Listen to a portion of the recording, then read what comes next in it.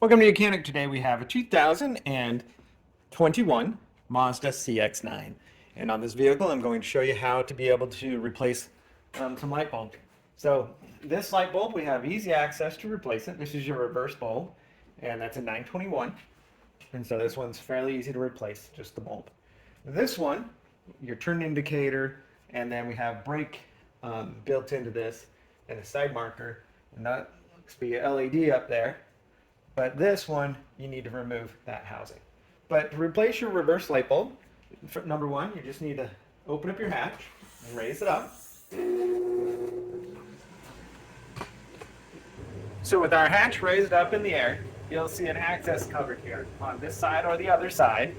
You just need to pull this cover down. And then you'll see an electric connection in right here.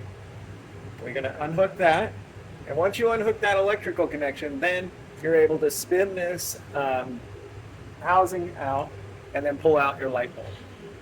And once you got your bulb out, then you need to separate it from the housing.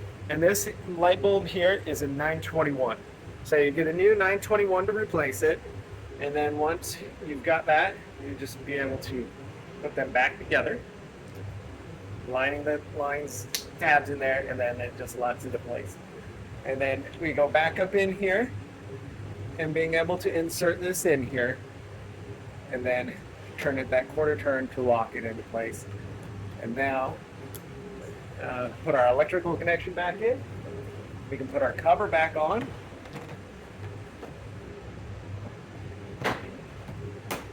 And then with our cover back on and everything and closed down, that would be how you replace your light bulb for your reverse light on your Mazda CX-9. Thanks for watching Mechanic, where you can